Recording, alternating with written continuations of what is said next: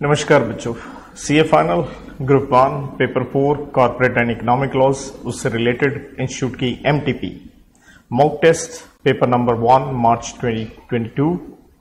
आइए इसके ऊपर हम डिस्कशन करते हैं। पहले प्रश्न है आपके केस स्टडीज हैं और पहली case study chapter 16 operation and mismanagement section 241 read with 244 के ऊपर है, जहां हम 241 में पढ़ते हैं कि भाई साहब एप्लीकेशन कब दी जाएगी एनसीएलटी को और 244 में कितने ही मेंबर्स होने चाहिए। तो कहता है ये एक पब्लिक कंपनी है, आप एसी बना रहे हैं, 10 लाख के करीब आपके शेयर होल्डर हैं और 10 रुपए का एक शेयर है आपका। आपने 5 रुपए की कॉल मांगी, नाउ इन दिसंबर आप सेकेंड कॉल 5 रुपए की और मांग रहे हैं। 15% ऑफ शेयर होल्डर्स ने सेकेंड कॉल नहीं दी है, कंपनी ने पैसे उनसे मांगे कि भाई हमें पैसा चाहिए, हमने एक इंडस्ट्रियल यूनिट लगानी है, कि हमें लैंड ऑलरेडी अलॉट हो चुकी है रिको, जो कि राजस्थान की एक इंडस्ट्रियल रेगुलेटर कह लीजिए, एरिया कह लीजिए, जो भी है, कि इसके लिए हमें पैसा चाहिए, मशीनरी वगैरह जर्मनी से मंगवानी है। लेकिन इंस्टेड ऑफ मशीन जर्मनी से आप मंगवाते, utilise the money so raised in purchasing land near Jaipur. तो भाई साहब आपने तो जिस काम के लिए पैसा चाहिए था एक तरह से ऑब्जेक्ट क्लोज का ऑल्ट्रेशन कर दिया बिना प्रोसीजर के, और आप वहां रिजॉर्ट बनाने पे लग गए हैं, जबकि आप तो एसी बनाने वाली कंपनी है।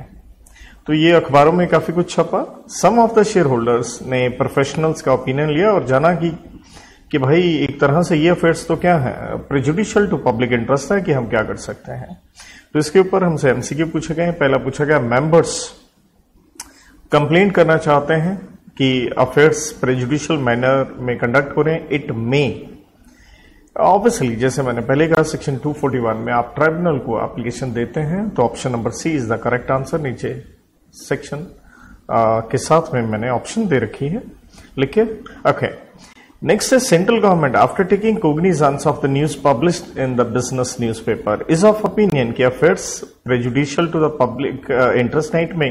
अगेन 241 में आपने एनसीएलटी को ही देखिए एप्लीकेशन देना होता है, तो option number B apply to tribunal. अगला प्रश्न, कौन से मेंबर्स हैं जो एलिजिबल होंगे 241 की एप्लीकेशन देने के लिए, जो कि हम 244 के अंदर देखिए पढ़ के आते हैं। कहता है, और वैसे उसकी लिमिट 244 में पढ़ते हैं, लेकिन 241 में एक कंडीशन हम ये भी पढ़ते हैं कि जो मेंबर्स होने चाहिए ना, उनके पास फुली पेड अप अगर शेयर्स हैं तभी आप एप्लीकेशन दे सकते हैं। So option number D is the correct answer, जो कि सेक्शन 241 के अंदर ही हम पढ़ते हैं। देन कितने मेंबर्स चाहिए, तो ऑब्वियसली 244 में हम पढ़ते हैं, जहां हम पढ़ते हैं कि भाई साहब 100 मेंबर या 10% of members which ever is what less. So option number D. अगला, हाउ मेनी मेंबर्स अप्लाई कर सकते हैं अगर कंपनी की शेयर कैपिटल ना हो।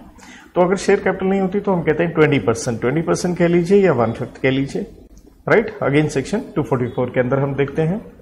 अगला केस जो स्टडी है वो हमारा चैप्टर नंबर 12, जिसके ऊपर हम मैनेजरियल पर्सोनल एंड रेम्यूनरेशन के ऊपर पढ़ते हैं। तो उसके 3 सेक्शन 196, 203 जहां हम होल टाइम केएमपी पढ़ के आते हैं, 204 जहां हम सेक्रेटरियल ऑडिट के बारे में पढ़ते हैं। कहते, sitting over the fence Shelly opted to face dynamism of consumer preferences, razor cut competition, changing garment policies, to fulfill her inherent passion for exotic makeup brands by launching a beauty product company in Bombay, now Mumbai, supported by her advocate father Bhim Sen, elder brother Ashutosh, younger brother Somit, as well as 10 close friends way back in 1984 under the Companies Act 1956। तो भाई साहब ये शैली जो है ये काफी कुछ करना चाहती हैं, एग्जॉटिक ब्यूटी ब्रांड्स में लॉन्च करना चाहती हैं। 1956 के एक्ट में 1984 में इन्होंने अपनी कंपनी बना ली है। The company beauty products limited public company है, ऑथराइज कैपिटल बताई गई है 30 लाख रुपए की, और पेड अप कैपिटल अभी 25 लाख है। और आपने एक ब्रांड एंजेलिक से आप कॉस्मेटिक प्रोडक्ट्स काफी कुछ बना रहे हैं, तो आपने काफी इंडियन मार्केट यहाँ पे कैप्चर करी है।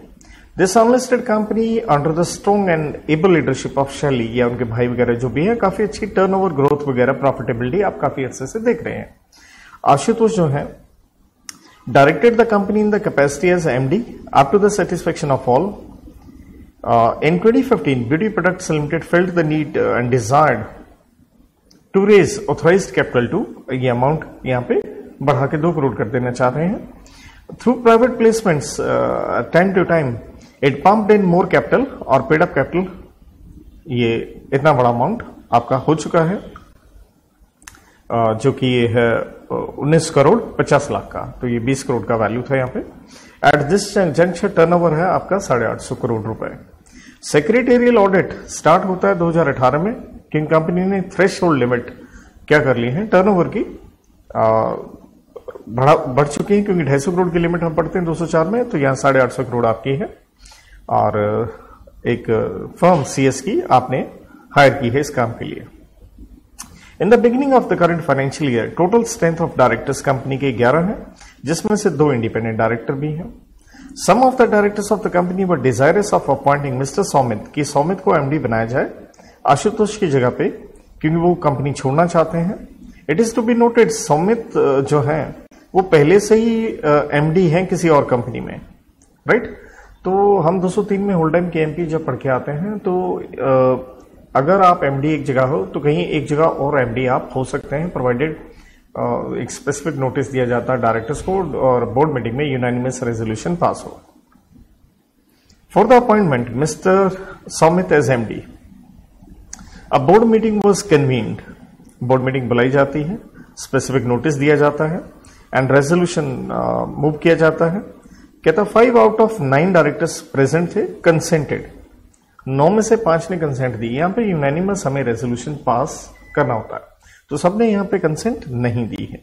By now beauty products limited काफी प्रोडक्ट इस दौरान बना रहा है। आफ्टर सम टाइम एक्सपेंशन को देखते हुए आप मिस्टर अंबा प्रसाद, जिनकी उम्र 74 है, आप होल टाइम डायरेक्टर बनाना चाहते हैं। तो ऑब्वियसली 196 में हम देखते हैं कि उम्र होती है 70 साल। 70 साल के ऊपर देखिए आपको SR पास करना होता है, और अगर SR नहीं पास होता तो उसमें हमें क्या करना होता है कि भाई कम से कम वोट्स इन फेवर ज्यादा हो और सेंट्रल गवर्नमेंट की अप्रूवल लेनी पड़ती है। So at a board meeting the proposal to appoint उनको whole time director full majority ने अप्रूव कर दिया, जब उसमें 8 डायरेक्टर थे। अब प्रश्न आपसे पहला ये है, as per the case scenario some of the directors were desirous of appointing Saumit as MD, और वो भी MD बनने के लिए तैयार हैं और ऑलरेडी किसी और ग्लो एंड ग्लो में MD हैं। At the board meeting convened in this respect, 5 जो हमने पढ़ा आउट ऑफ 9 ने कंसेंट दिया है। Considering the applicable provision choose the correct alternative from those given below as to whether Sumit appoint होंगे या नहीं होंगे। ऑब्वियसली वहां वो अपॉइंट हो नहीं सकते। क्यों नहीं हो सकते? 203 की हमने बात की, since all the directors must consent, तो सभी का कंसेंट चाहिए, सभी का नहीं है। अगला प्रश्न, अंबा प्रसाद जी जो 74 ईयर्स के हैं, हम उन्हें होल टाइम डायरेक्टर अपॉइंट करना चाहते हैं, तो आपसे करेक्ट ऑप्शन पूछा गया है। तो जैसे मैंने कहा SR वगैरह चाहिए, तो 196 में हम ये पढ़ते हैं कि अपॉइंटमेंट तभी वैलिड होगी अगर SR पास हो, अगर नहीं होता तो कम से कम वोट्स इन फेवर ज्यादा हो, साथ में सेंट्रल गवर्नमेंट का आपको अप्रूवल लेना पड़ता है, इसलिए option number D is the correct answer. Suppose Amba Prasad after due formalities appoint हो जाते हैं, उनका मैक्सिमम टेन्योर क्या रहेगा? देखिए मैक्सिमम टेन्योर हम पढ़ते हैं मैनेजरियल पर्सोनल का 5 बरस रहता है, तो ऑब्वियसली आप 5 बरस वाली ये आपकी लिमिट आपको यहां दिख रही है, option number B again section 196 में। केस सिनारियो मेंशंस दैट कि सेक्रेटेरियल ऑडिट कंपनी का करना पड़ेगा, क्योंकि आपने टर्नओवर की थ्रेशोल्ड लिमिट क्रॉस कर ली है। तो आपसे पूछा गया what could be the threshold limit relating to turnover, जैसे हमने कहा 250 करोड़ की लिमिट होती है, तो option number B is the correct answer, जो हम section 204 read with rule number 9 के अंदर ये लिमिट्स देख के आते हैं। अगले प्रश्न आपसे इंडिपेंडेंट प्रश्न MCQ पूछे गए हैं। पहला है, बढ़िया प्रश्न है, ध्यान रखिएगा। In order to make Robotic Toys Private Limited, आप एक प्राइवेट लिमिटेड है, ध्यान रखें, as it subsidiary Golden Rays Robots Limited raises investments in Robotic Toys from 40 से 60% of its paid up capital. ये गोल्डन वाला इसको बनाना चाहता अपनी सब्सिडरी, तो सब्सिडरी बनती है मोर देन 50% वोटिंग राइट से, और वोटिंग राइट ऑब्वियसली इक्विटी शेयरों से आएंगे, राइट। तो आपने 40% की लिमिट है तो बनेगी नहीं बात, तो आपने 60% of its paid up capital ले लिए। कहता from the following options given below choose the correct one indicates as to when robotic toys shall be considered as undertaking। कि अब ये नहीं पूछा गया कि सब्सिडरी तो बन गए, कहता आप अंडरटेकिंग कब बनेंगे। देखिए अंडरटेकिंग के ऊपर हम पढ़ के आते हैं section number 180 sub section 1 clause A के अंदर। कि अगर आपने किसी को अंडरटेकिंग अपना बनाना है तो रिक्वायरमेंट क्या होती है, आपको इन्वेस्ट करना होता है more than 20% of net worth as per our date balance sheet पिछले साल की, और या जो वो कंपनी अंडरटेकिंग तभी कहलाएगी अगर वो जनरेट करती है कम से कम 20% ऑफ टोटल इनकम, या तो 20% नेटवर्थ का इन्वेस्टमेंट होना चाहिए आपका, या उससे कमाई जो है कंपनी की वो 20% आए। तो सीधा सीधा प्रश्न था, तो ऑप्शन नंबर बी में ये आपसे पूछा गया, लेकिन स्टिल एक अच्छा क्वेश्चन है। नेक्स्ट, मॉडर्न पब्लिशर्स एक कंपनी देखिए यूके में बनी है, तो फॉरेन कंपनी हो गई है, लेकिन इसकी एक होली ओन्ड सब्सिडरी है बेटा नाम से, जिसका रजिस्टर्ड ऑफिस मुंबई में है। तो स्वाभाविक है ये एक इंडियन कंपनी है, माना आपकी होली ओन्ड सब्सिडरी है। बेटा पीरियोडिकल्स लिमिटेड भी अपने आप को फॉरेन कंपनी मानती, कहती क्योंकि मैं होली ओन्ड सब्सिडरी हूं मॉडर्न की, जो कि एक फॉरेन कंपनी है। सॉरी, बिल्कुल नहीं, आप एक फॉरेन कंपनी कहलाएंगे, आप तो भारत में रजिस्टर्ड हैं, तो आप तो एक भारतीय कंपनी ही रहेंगे। सो आपको हम नहीं मान सकते हैं फॉरेन कंपनी, राइट, क्योंकि हम सेक्शन 2 सब सेक्शन 42 के अंदर फॉरेन कंपनी का डेफिनेशन पढ़ के आते हैं, means a company which is incorporated outside India. आप भारत के अंदर इनकॉर्पोरेटेड है, सिंपल क्वेश्चन। अगला, सेंट्रल गवर्नमेंट में for the purpose of providing speedy trial of offences, कि जहां जेल होती है 2 या 2 साल से ज्यादा, स्टैब्लिश कर सकते हैं ऑब्वियसली क्या, स्पेशल कोर्ट। तो आप स्पेशल कोर्ट स्टैब्लिश कर सकते हैं भाई, कितने आप स्टैब्लिश करेंगे, बाय नोटिफिकेशन स्टैब्लिश और डेजिग्नेट। देखिए यहां पे तो आपको जितनी सेंट्रल गवर्नमेंट को सही लगे, as many special courts as they may consider necessary, आप स्टैब्लिश कर सकते हैं। ये हम पढ़ते हैं सेक्शन नंबर 435 के अंदर। अगला है, आपसे पूछा गया इनमें से कौन सा करंट अकाउंट ट्रांजैक्शन नहीं है, ऑब्वियसली फेमा एक्ट के ऊपर है। देखिए यहां पे जो ऑप्शन दे रखे हैं लगभग आपको सारी पढ़नी पड़ेंगी, क्योंकि आपसे नेगेटिव वे में पूछा है। देखिए, short term banking and credit facility obviously current account transaction होती है। लिविंग एक्सपेंसेस पेरेंट्स के वो भी होती है, फॉरेन ट्रैवल वगैरह भी होता है। तो यहाँ पे ऑप्शन नंबर बी आप नेगेटिव वे में सेलेक्ट कर पाते हैं कि payment due on loans obviously capital account transaction होती है। तो सेक्शन 2J में हम इसकी डेफिनेशन पढ़ते हैं करंट अकाउंट की। देन कॉन्ट्रैक्टिंग स्टेट पूछा गया है कि डिफाइंड है जो PMLA में, obviously section 55 clause number A के अंदर हम कॉन्ट्रैक्टिंग स्टेट पढ़ते हैं कि जहां पे, जिसका मतलब है एनी कंट्री और प्लेस आउटसाइड इंडिया जिससे रिलेटेड अरेंजमेंट करी है सेंट्रल गवर्नमेंट ने, कैसे करी है, चाहे इसके लिए एक ट्रीटी किया है या अदरवाइज बिना एग्रीमेंट किए भी आप एक सेटलमेंट कर सकते हैं। So option number C. Next, central government ने इंक्वायरी के बाद देखा कि holder of the grant of certificate of to accept foreign contribution, आपने वायलेशन किया टर्म्स एंड कंडीशंस का, देयर आफ्टर आपका सर्टिफिकेट कैंसिल कर दिया गया। आपसे पूछा गया कितने साल तक का कूलिंग पीरियड रहेगा जब आप अपना नेक्स्ट सर्टिफिकेट रजिस्ट्रेशन का ले पाएंगे। तो ऑब्वियसली सेक्शन 14 में हम पढ़ते हैं कि कैंसिल किया जा सकता है 3 साल के लिए। अगला आर्बिट्रेशन पे है। मिस्टर राम एंड रहीम ने एक कॉन्ट्रैक्ट किया है और उन्होंने एक आर्बिट्रेशन एग्रीमेंट किया है कि भाई इन केस ऑफ डिस्प्यूट, अगर झगड़ा हो जाता है, if any in the contract, said documents were duly executed with proper signature, identify the correct option with respect to execution of arbitration agreement referred in such contract. देखिए, signature के ऊपर हम ये पढ़ते हैं, सिग्नेचर करना जरूरी होता है अगर arbitration agreement is contained in a contract. एक अलग से कॉन्ट्रैक्ट बनाया, साइन तो करवाओगे आप, लेकिन कोई सिग्नेचर की आवश्यकता नहीं होती है, क्योंकि हम कहते हैं आर्बिट्रेशन हम स्टिल मान लेते हैं बाय एक्सचेंज ऑफ लेटर वगैरह, ईमेल वगैरह आपसे, तो वहां कुछ ऐसे जरूरत नहीं होती है कि अगर आपके बीच में कोई कॉरेस्पॉन्डेंस रहता है। तो it's a good question. Next, PPIRP जो IBC में हम पढ़ते हैं, कहता है may be made in respect of CD who commits a default subject to condition के majority of directors of CD have made a declaration stating that the CD shall file an application for PPIRP within a definite period of obviously 90 days। 54A का direct question. Real estate developers limited, आप demerge हो जाते हैं B में, be real estate नाम देखिएगा, थोड़ा confuse करता है ये। कहता आप डीमर्ज हो गए, एक तो ये है कंपनी, एंड स्टिल ये पुराना नाम भी आपका, तो आपका एक हिस्सा किसी और के अंदर जाकर मिल गया, स्टिल आप ही हो। तो ऑब्वियसली ये किस तरह का डीमर्जर रहेगा? ऑब्वियसली हम इसे कहेंगे पार्शियल ही डीमर्जर है, पूरी तरह से नहीं है। देन अगले प्रश्न को मैं काफी महत्वपूर्ण कहूंगा, ये पहले भी पिछले साल आरडीपी का भी एमसीक्यू था, क्योंकि इंस्टीट्यूट ने अपने कोर्स से सेक्शन 441 हटा दिया जिसके ऊपर हम पढ़ते हैं कंपाउंडिंग के ऊपर, बट वो प्रश्न डाल रहे हैं, देखिए तो ध्यान रखिएगा इसका। कहता आप एक पब्लिक कंपनी है, पॉलिटिकल डोनेशन आपने दी है, स्टैट्यूटरी ऑडिटर ने देखा कि रिव्यू करते हुए कि कोई प्रॉपर बोर्ड रेजोल्यूशन आपने पास नहीं किया है, तो इसलिए कॉन्ट्रावेंशन है। तो ऑब्वियसली यहाँ डायरेक्टर्स की पनिशमेंट होती है 6 महीने तक की जेल, एंड है, देखिए जेल पक्का है क्योंकि साथ में फाइन लगता है 5 गुना का। तो आपसे पूछा गया है कि बताइए कौन सी कैटेगरी के अंदर ये ऑफेंस आएगा। तो पहली बात तो देखिए हम इसके बारे में ये पढ़ते हैं कि भाई ये एक तो ये नॉन कॉग्निजेबल ऑफेंस है। जो कंपनीज एक्ट के ऑफेंसेस होते हैं नॉन कॉग्निजेबल होते हैं, सिवाय सेक्शन 212 जहां आप फ्रॉड वाला देखते हैं, ये 439 के अंदर हम पढ़ते हैं। दूसरी बात, कंपाउंडिंग नहीं हो सकती। कंपाउंडिंग का मतलब पैसे देके आप छूट नहीं सकते अगर जहां जेल पक्का है। और इस सेक्शन में पॉलिटिकल कंट्रीब्यूशन में 182 में देखिए एंड वर्ड मैंने हाईलाइट किया, जेल पक्का होती है, तो इसलिए ये नॉन कंपाउंडेबल ऑफेंस है। डिस्क्रिप्टिव क्वेश्चंस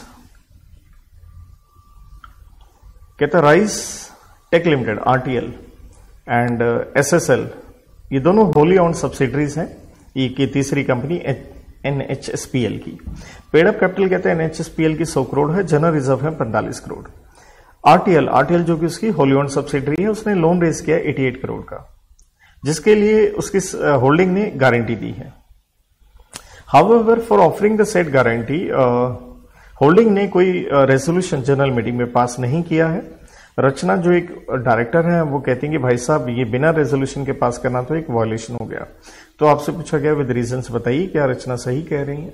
ये सही नहीं कह रही, क्योंकि हम 186 में पढ़ते हैं कि भाई साहब कि ऑब्वियसली कंपनी 3 काम कर सकती है, LIG जिसे हम कहते हैं लोन, इन्वेस्टमेंट, गारंटी वगैरह। तो उसमें हम एक लिमिट भी पढ़ते हैं कि 60% ऑफ आपका paid up capital plus free reserve या 100% of free reserve security premium which ever is more आप कर सकते हैं। और देन हम कहते हैं अगर आप ये लिमिट एक्सीड करते हैं तो आपको SR पास करना पड़ता है, लेकिन एक एग्जम्पशन रहती है। एग्जम्पशन ये रहती है कि अगर आपने लोन गारंटी वगैरह दी है अपनी होली ओन्ड सब्सिडरी को, तो देखिए हमें कोई रेजोल्यूशन पास करने की आवश्यकता नहीं है। तो बस इसी से हमारा आंसर हो गया कि अल्टीमेटली रचना का ये कहना सही नहीं है।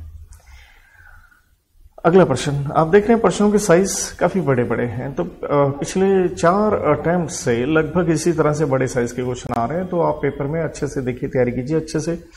मेरा यही कहना है कि कोई भी क्वेश्चन किसी भी तरह का पास्ट क्वेश्चन हो, स्टडी मैट हो, स्टडी मैट के एग्जाम्पल हो, आरटीपी, एमटीपी, कुछ आपका छूटना नहीं चाहिए। तो अगला प्रश्न कहता है कि भाई अनुज शर्मा एक बहुत ही बेहतरीन मेटिकुलस पढ़े लिखे इंसान हैं और MBA फाइनेंस हैं, फ्रॉम IIFT दिल्ली से हैं। करंटली वो 4 कंपनियों में डायरेक्टर हैं, तो कंपनियों को ये नाम वगैरह दे रखा है। Of the 4 he is unable to maintain good relations with other 5 directors. किसके? ये जो कंपनी है सिंघा मेडिकल में ये अच्छे रिलेशन नहीं बना पा रहे हैं,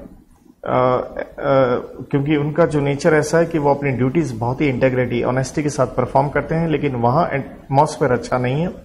अदर डायरेक्टर्स बस अपना पर्सनल गेन कमाने में लगे हुए हैं, इसलिए अनहेल्दी एटमॉस्फेयर को देखते हुए अनुज डायरेक्टरशिप छोड़ देना चाहते हैं। एंड देयरफॉर उन्होंने अपने डायरेक्टर्स बाकियों को बताया कि साहब मैं रिजाइन करना चाहता हूं, लेकिन बाकी डायरेक्टर्स ने इस चीज के ऊपर ऑब्जेक्शन रेज किया कि आप रिजाइन ना करें, क्योंकि डायरेक्टर्स उनसे खुश नहीं थे, सेल्फिश थे बाकी। और लेकिन अनुज ने क्या किया, और वो अनुज को स्केपगोट मतलब फंसाना चाहते थे, फ्रॉड जो वो खुद कर रहे थे। अनुज ने लेकिन अपना रेजिग्नेशन देखिए, यहाँ पे डेट दी है 16 जुलाई को, रजिस्टर्ड पोस्ट से भेजा, लेकिन कंपनी को मिला 18 जुलाई को। तो हम इफेक्टिव डेट क्या लेके चलते हैं? जिस दिन कंपनी को मिला या उसके अंदर कोई डेट आपने मेंशन की हो, विच एवर इज लेटर। लेकिन बाकी डायरेक्टर्स ने इस चीज को एक्सेप्ट नहीं किया, ये कहते हुए कि ROC को इन्फॉर्म नहीं किया गया है एडवांस में। देखिए ROC को एडवांस में कहा भी नहीं जाता। जैसे आप कंपनी को रेजिग्नेशन देते हैं तो उसके 15 दिन के भीतर देखिए ROC को कंपनी को इन्फॉर्म करना होता है, राइट। तो अब आपसे पूछा गया है क्या analyse the contention of directors, कि जब हमने एक्सेप्ट नहीं किया रेजिग्नेशन भाई आपका एक्सेप्टेंस का कोई जरूरी नहीं होता, राइट। ये सिंपल डायरेक्टर है, ये कोई एमडी या डब्ल्यूटीडी नहीं है कि ड्यूल कैपेसिटी में हो। कहता अगर ये कंपनी पब्लिक ना होकर प्राइवेट होती तो क्या आंसर कुछ डिफरेंट होता? नहीं भाई, पब्लिक और प्राइवेट दोनों में सेक्शन 168 जो हम रेजिग्नेशन पर पढ़ते हैं वो सेम ही है। तो रूल 15 में हम ये भी पढ़ते हैं कि कंपनी को आरओसी को देखिए 30 दिन के अंदर अंदर ये बताना होता है। शायद इससे पहले मैंने 15 बोल दिया मे भी, तो 30 दिन के अंदर आप कंपनी को बताएंगे। क्योंकि और दूसरी बात, खुद जो डायरेक्टर होता है वो भी में जरूरी नहीं है, वो भी क्योंकि आरओसी को बता सकता है डीआईआर 11 के अंदर, वही 30 दिन के अंदर, जबकि कंपनी डीआईआर 12 भर के बताती है। और रेजिग्नेशन का डेट क्या होता है? जिस दिन कंपनी को नोटिस मिला या जो उसने स्पेसिफाई किया, विच एवर इज लेटर।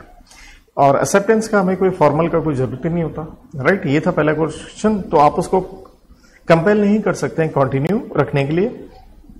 और प्राइवेट कंपनी में भी as I said law is same. Next, कुछ प्रेफरेंस शेयर होल्डर्स ने एप्लीकेशन दिया ट्राइब्यूनल को ऑपरेशन एंड मिसमैनेजमेंट से रिलेटेड, ऑब्वियसली सेक्शन 241 में हम दे सकते हैं। ट्राइब्यूनल ने ऑब्जर्व किया कि आर्टिकल्स जो है कंपनी के वो अनड्यू पावर दे रहे हैं बोर्ड को, एंड अकॉर्डिंगली ट्राइब्यूनल ने कहा आप ऑल्ट्रेशन कीजिए अपने आर्टिकल्स में। कंपनी ने फाइल किया है सर्टिफाइड कॉपी उसके ऑर्डर की आरओसी को 5 नवंबर के अंदर, ये डेट थोड़ा हमें देखना होगा। एंड अमेंडेड इट्स आर्टिकल्स, क्योंकि ये फाइल भी करना होता आपको 30 दिन के अंदर, और आपने आर्टिकल्स अमेंड कर लिए 22 नवंबर को। आफ्टरवर्ड्स मिस्टर रमेश पुरी जो सीईओ है कंपनी के, उन्होंने प्रपोज किया है कि क्या किया जाए, एक चेंज किया जाए किसके अंदर, आर्टिकल्स में। लेकिन वो चेंज क्या है, इनकंसिस्टेंट है, मतलब खिलाफ है किसके ऑर्डर के, ट्राइब्यूनल के। देखिए ट्राइब्यूनल ने पहले ही आर्टिकल्स के ऊपर जब ऑर्डर दे दिया है तो आप इसको बदलाव कर नहीं सकते। तो पूछा गया है what effect such amendment in the articles would be consider to have and by what date. Tribunal का ऑर्डर हमें आरओसी को देना होता है। अगला प्रश्न है, क्या कंपनी अपने आर्टिकल्स अमेंड कर सकती है to incorporate the change proposed by mister Ramesh. Ramesh जो कह रहे हैं सही नहीं कह रहे हैं, क्योंकि वो इनकंसिस्टेंट है। और कहता है इसके क्या परिणाम होंगे, स्वाभाविक है दुष्परिणाम होंगे, पेनल्टी आपको भुगतनी पड़ेगी। तो 242 में देखिए हम कहते हैं ट्राइब्यूनल 241 की एप्लीकेशन के ऊपर अपना ऑर्डर देगा, और वो कह सकता है कि भैया अपने मेमोरेंडम आर्टिकल वगैरह में जो भी आप क्या करें, चेंजेस करें। और इसका हमसे इफेक्ट क्वेश्चन में पूछा गया, तो जो उन्होंने ऑर्डर दिया है इससे रिलेटेड हम मान के चलेंगे जैसे ये आर्टिकल मेमोरेंडम जो भी बदलाव कहा है एक तरह से कंपनी ने ही किए हैं। ये इफेक्ट पूछा था, और उनकी कॉपी एज आई सेड 30 दिन में आपको आरओसी के पास फाइल करनी होती है, राइट। तो इसलिए कहता 5 दिसंबर तक, क्योंकि आपको फाइल करना होगा। रीजन क्या था, 5 नवंबर को एनसीएलटी का ऑर्डर गया था, तो 30 दिन यहां से आप काउंट कर सकते हैं। दूसरे में था दूसरा प्रश्न जो था कि आप वो रमेश के कहने पे आर्टिकल बदल रहे हो जो इनकंसिस्टेंट है, सॉरी आप बदल नहीं सकते, आप इस तरह से कर नहीं सकते। करेंगे तो देखिए कंपनी के ऊपर पेनल्टी लग सकती है 1 लाख से लेकर 25 लाख तक, जबकि ओआईडी के ऊपर, ऑफिसर इन डिफॉल्ट के ऊपर लग सकती है 25,000 से लेकर के 1 लाख तक। नेक्स्ट प्रश्न, पब्लिक कंपनी है आप, लेकिन एक आप माइक्रो एंटरप्राइज है अंडर सेक्शन 7 ऑफ एमएसएमई, तो ऑब्वियसली आईबीसी के ऊपर ये प्रश्न है, पीपीआईआरपी के ऊपर है।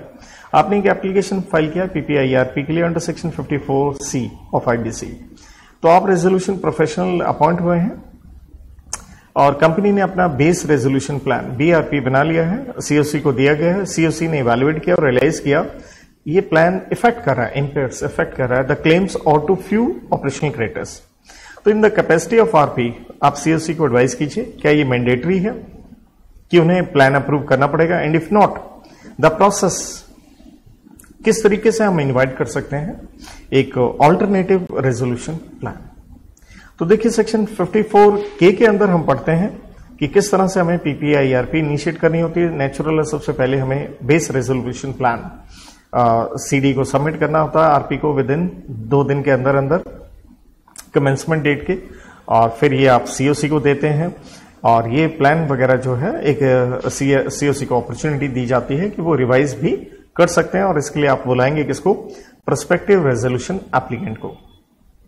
और फिर ये अप्रूव होने के बाद आप एडजुडिकेटिंग अथॉरिटी को एनसीएलटी को दे देंगे, लेकिन ध्यान ये रखना है इससे किसी के क्लेम्स के ऊपर इंपेयर इफेक्ट नहीं होना चाहिए।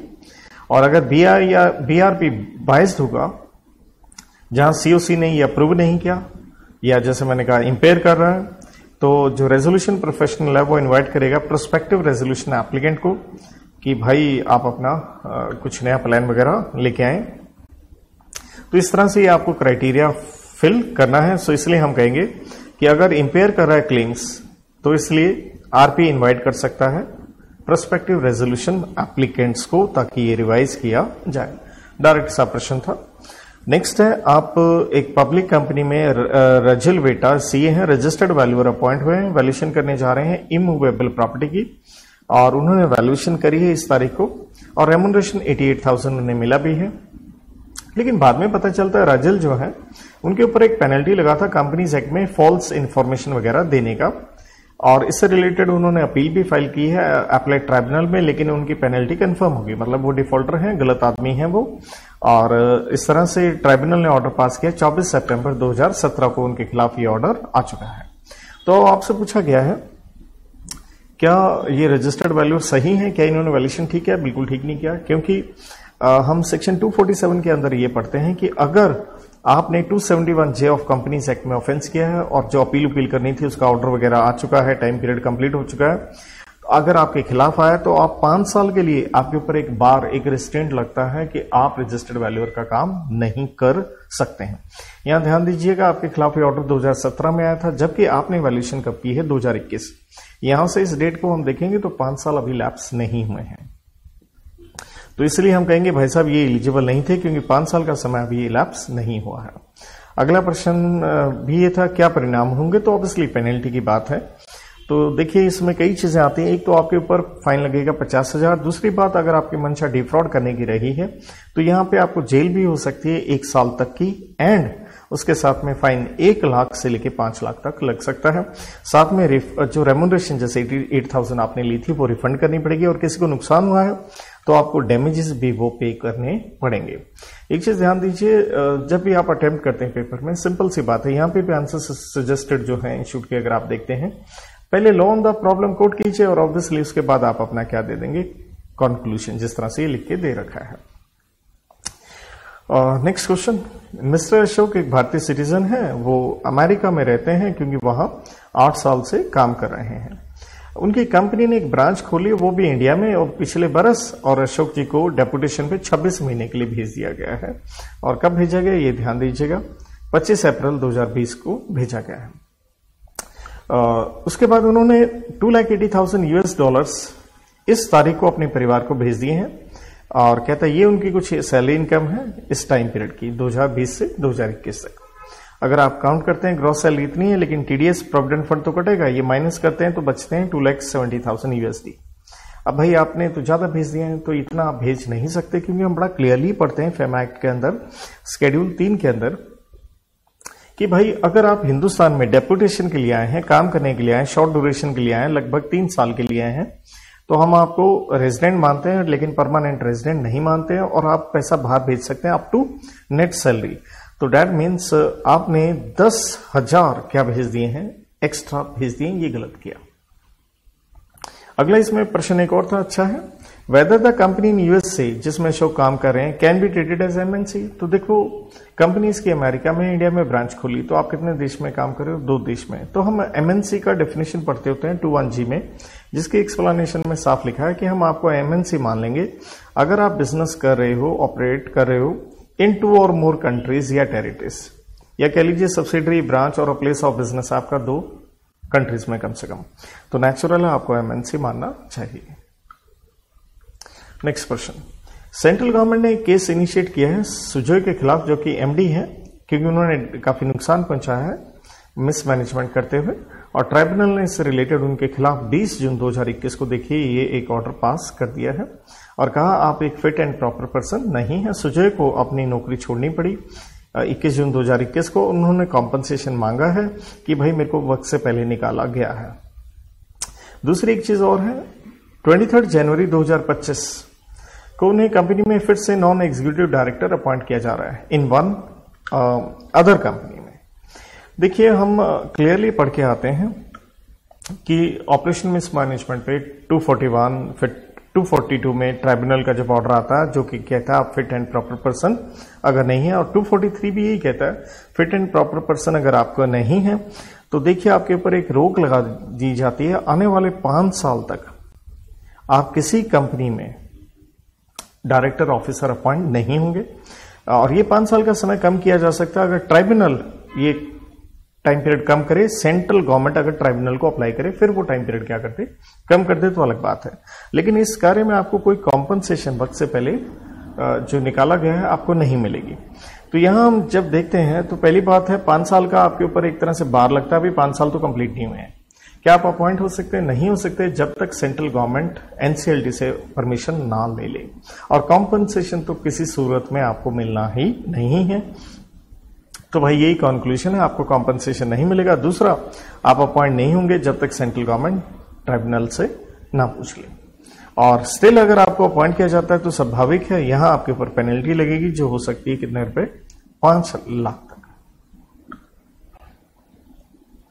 नेक्स्ट क्वेश्चन आईबीसी के ऊपर, जेवर लिमिटेड सीआईआरपी में चल रही है। सीआईआरपी स्टार्ट होता है 1 जनवरी 2020 को। मिस्टर शुभ आईआरपी बनते हैं, लेटर वो आरपी अपॉइंट हो जाते हैं बाय सीओसी। बड़ी मेहनत से वो काम कर रहे हैं कि रेजोल्यूशन प्लान अप्रूव हो जाए। हाउएवर कुछ एक्सटर्नल फैक्टर्स की वजह से ही रियलाइज कि he is unable to decide कौन सा वो प्लान पिक करें, और उन्हें लगता है लगभग 3 महीने उन्हें एक्स्ट्रा चाहिए। आप उसके पार्टनर हैं in an insolvency professional entity. Advise as to what factors need to be considered before taking the resolution plan to the COC। देखिए सेक्शन 30 के ऊपर हम बड़ा क्लियरली इसके ऊपर पढ़ते हैं कि आपको किन फैक्टर्स का ध्यान देना पड़ता है। एक तो ये देखना है कि भैया पूरा पैसा निकल जाए किसका, इंसॉल्वेंसी रेजोल्यूशन प्रोसेस कॉस्ट का, और ऑपरेशनल जो क्रेडिटर्स हैं उनका भी पैसा सही से निकल जाना चाहिए, जो which shall not be less than higher of जो सेक्शन 53 में हम प्रायोरिटी ऑर्डर देखते हैं उसके मुताबिक, और जो भी अमाउंट उसे दिया जाना था अगर वो इसी सेक्शन 53 के मुताबिक अगर पेमेंट होती, then management of the affairs आपने देखना है, सुपरवाइज करना है इस प्लान को, पूरे लॉस का कंप्लायंस करना है, अदर रिक्वायरमेंट्स का करना है। देन पीएमएलए के ऊपर एक अच्छा प्रश्न पूछा गया है। मिस्टर राम की मेलाफाइड इंटेंशन है, बदला लेना चाहते हैं अपने कॉम्पिटिटर से, गलत इंफॉर्मेशन दी उन्होंने कि ये बिजनेस इलीगल मैनर में कर रहा है, तो इसलिए अथॉरिटीज ने, ईडी वालों ने उसके खिलाफ सर्च वारंट जारी कर दिया। देखिए यहां हम सेक्शन 63 में पढ़ते हैं, अच्छा प्रश्न है ये, एग्जाम में आने की संभावना भी रहेगी। अगर आपकी गलत इन्फॉर्मेशन से किसी आदमी का 2 बातें होती हैं, या तो उसका अरेस्ट हो जाए या सर्च हो जाए उसका, तो यहां पे आपको जेल जो है हो सकती है मैक्स 2 साल की, और फाइन 50,000 का लग सकता है, और बोथ आपके ऊपर लग सकते हैं। तो राम यहां पे इसके लिए लायबल रहेंगे। XYZ लिमिटेड आप एक इन्वेस्टमेंट कंपनी है, प्रिंसिपल बिजनेस आपका शेयर डिबेंचर खरीदना ही है। बढ़िया प्रश्न है ये। आपके एसेट्स बताए गए हैं, अगर आप टोटल ध्यान से देखें 200 लाख के हैं, लेकिन अगर आप इन्वेस्टमेंट देखते हैं सिक्योरिटीज में तो वो आधी नहीं है। 200 लाख का 95 लाख 50% नहीं है। अगर आपकी इनकम देखते हैं तो इन्वेस्टमेंट से 12 लाख है, टोटल 30 लाख है, तो वो भी आधी नहीं है। पर्सन डायरेक्ट पूछा गया है, क्या आप एक इन्वेस्टमेंट कंपनी है? देखिए सेक्शन 186 की हम एक्सप्लेनेशन में बड़ा क्लियरली पढ़ते हैं, इन्वेस्टमेंट कंपनी का मतलब है जिसका प्रिंसिपल बिजनेस सिक्योरिटीज खरीदना है, वो तो हम कर रहे हैं, लेकिन साथ में एंड वर्ड है, ये गलती ना कीजिए, एंड दोनों कंडीशन साथ में लेके चलनी है। तो आपके जो एसेट्स हैं वो सिक्योरिटीज में कम से कम 50% होने चाहिए, अगर नहीं भी है तो भी चलेगा, प्रोवाइडेड लेकिन आपकी इनकम कम से कम कितनी हो, 50% उससे हो। तो ना एसेट वाली लिमिट यहां लग रही थी, ना इनकम वाली लग रही थी, तो जनाब आपको हम यहां पे इन्वेस्टमेंट कंपनी मान नहीं सकते। सेकंड क्वेश्चन है इसका, बोर्ड कंपनी का कंसिडर कर रहा है proposal for making investment in ABC limited में। द कंपनी के यहां पे कहता है 5 डायरेक्टर्स हैं on the board, and in the board meeting 4 director present थे, जिसमें से 3 ने अपना कंसेंट दिया है टू द प्रपोजल, 3 ने कंसेंट दिया है प्रपोजल के लिए, और 1 डायरेक्टर ने एब्सटेन कर लिया वोट से। और ध्यान दीजिए XYZ जो कंपनी है वो इन्वेस्टमेंट करना चाहती है एबीसी लिमिटेड के अंदर, जहां हम क्लियरली पढ़ते हैं यूनैनिमस या रेजोल्यूशन चाहिए, सारे डायरेक्टर्स का हमें कंसेंट चाहिए होता है, तो इसलिए ये रेजोल्यूशन वैलिड नहीं होगा। नेक्स्ट क्वेश्चन, मनी लॉन्ड्रिंग पे। मिस्टर बेईमान ने एक फ्लैट खरीदा है इलीगल ट्रांजैक्शन करते हुए, और ये अटैच कर लिया है ईडी ने सेक्शन 5 में, जो आप प्रोविजनल अटैचमेंट कर सकते हैं। और लेकिन ये स्टे लिया है हाई कोर्ट से, जो सेक्शन 42 में आप लेके आ सकते हैं। लेकिन स्टे बाद में वैकेट हो गया है। आपसे पूछा गया टाइम पीरियड कंप्यूट करें। देखिए टाइम पीरियड हम देखते हैं 180 डेज, लेकिन स्टे का पीरियड एक्सक्लूड करेंगे और स्टे टूटने के बाद 30 दिन मिलते हैं आपको एक्स्ट्रा। वेदर मिस्टर बेटा, जो कि बेईमान का देखिए बेटा है, सन है, क्या वो उस फ्लैट में रह सकता है? तो हम बड़ा क्लियरली कहते हैं कि अगर वो इमूवेबल प्रॉपर्टी है, person having an interest in it can enjoy, तो बिल्कुल वो इसके अंदर रह सकता है। तो जैसे टाइम पीरियड मैंने 180 और एक्सक्लूड और 30 दिन का बताया, ये था पर्सन इंटरेस्टेड इमूवेबल प्रॉपर्टी से रिलेटेड, जिसका भी उसमें क्लेम या इंटरेस्ट है, रह सकता है। आखिरी प्रश्न, XYZ एंटर हुई है इन एग्रीमेंट विद PKOR कि कुछ टायर सप्लाई करने हैं 5 साल के लिए। एग्रीमेंट में कुछ टर्म्स थी। क्लॉज 14 में लिखा गया था अगर झगड़ा अराइज होता है, या तो हम म्यूचुअली डिसाइड कर लेंगे या फिर हम रेफर कर देंगे आर्बिट्रेशन में। मतलब दो चीजें कर ली, या तो म्यूचुअली या आर्बिट्रेशन। ये गड़बड़ है, क्योंकि हम बड़ा क्लियर कहते हैं कि एग्रीमेंट के लिए बड़ा one of the important condition is clarity, जिसका मतलब है किसी तरह की एम्बिग्विटी नहीं होनी चाहिए। तो इसलिए इसे हम आर्बिट्रेशन एग्रीमेंट नहीं मानेंगे, ये वैलिड एक एग्रीमेंट नहीं है। सेकंड पार्ट अच्छा क्वेश्चन का, अवा डायरेक्टरशिप ले रही है 8 लिस्टेड कंपनी की, ये सभी रेगुलेशंस के ऊपर है। और तारीख ध्यान दीजिएगा 2019। She received an offer of directorship from another listed company in April 2020। पहले से 8 में है, लेकिन 2020 से किसी और से भी लिस्टेड एंटिटी से ऑफर आया, और वो साथ में होल टाइम डायरेक्टर भी है। वो इंडिपेंडेंट डायरेक्टर का भी ऑफर उन्हें आ रहा है 6 लिस्टेड कंपनी से। एक लिस्टेड कंपनी ने कहा, in one of the listed entities, अवा ने कहा कि भाई साहब मेरे को स्टॉक ऑप्शन दीजिए। अवा इंडिपेंडेंट डायरेक्टर है, काफी टाइम उन्हें लगाना पड़ता है, और वो अच्छा एक रिवॉर्ड एक्सपेक्ट करती हैं, वो CAB है। तो एक लिस्टेड एंटिटी ने उन्हें चेयरमैनशिप की पोजीशन दी है, ऑडिट कमेटी में ऑफर दिया है। तो आपसे पूछा गया है क्या वो 9th लिस्टेड में डायरेक्टर बन सकती हैं विद इफेक्ट फ्रॉम अप्रैल 2020। देखिए जनाब, इंटरेस्टिंग चीज क्या है, देखिए 1 अप्रैल 2020 से ये लिमिट 7 की कर दी गई है। आप 8 में भी डायरेक्टर नहीं रह सकते। पहले से 8 में थी, कोई दिक्कत नहीं, लेकिन 1 अप्रैल से लिमिट 7 कर दी गई है। 9th तो क्या लेना, आपको एक और छोड़नी पड़ेगी, वकेट करना पड़ेगा, रिड्यूस करना पड़ेगा 7 तक। सेकंड है, आप होल टाइम डायरेक्टर हैं, लिस्टेड एंटिटी में हैं, तो आप कितनी कंपनियों में इंडिपेंडेंट हो सकते हैं? अगर आप होल टाइम डायरेक्टर हैं तो ज्यादा से ज्यादा 3 लिस्टेड कंपनी में ही इंडिपेंडेंट हो सकते हैं। क्या आप चेयरपर्सन बन सकती हैं? तभी बन सकते हैं अगर आप इंडिपेंडेंट डायरेक्टर हैं। तो इसलिए yes, she can be the chairperson, क्योंकि वो इंडिपेंडेंट डायरेक्टर भी हैं, तो इसलिए बन सकते हैं। तो इसके साथ ये जितने क्वेश्चन थे, डिस्कशन मेरी तरफ से समाप्त होती है। जो कुछ क्वेश्चन में अच्छी चीज थी, थोड़े डिफरेंट लगे मेरे को, जैसे ये स्टार मैंने डाल के दे रखे हैं, तो थोड़ा ध्यान रख लीजिएगा इन चीजों का। Till then have a good time, good luck, god bless.